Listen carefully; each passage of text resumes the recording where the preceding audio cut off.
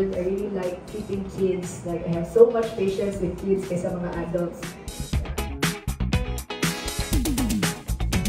Usually, if multiple mga daycare centers, Daycare to kani sa mga buntis. And then, next slide kay katong PK visits ng hatag og mga dental health kits.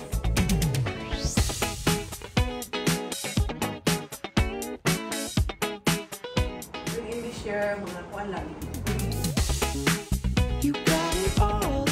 puro kalusugan yan, report.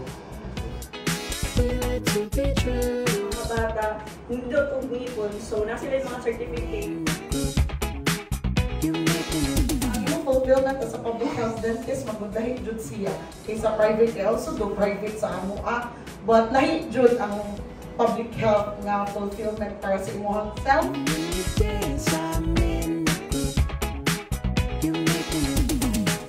It's a little heart, learning to trust, and a smile we're protecting for a lifetime.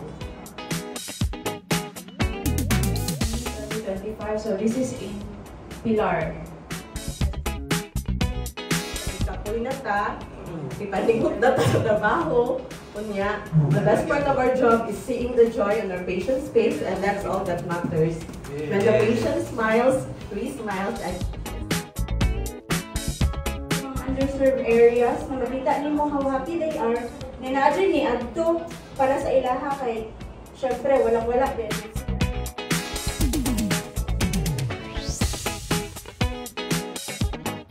This didn't just give me a fulfilling career. It shaped me into someone braver, more compassionate, and more grounded in purpose. And public service really humbled me and reminded me that dentistry is also advocacy, education, and empathy. And because every outreach, every child reach, every family empowered proves that everyone deserves a healthy smile.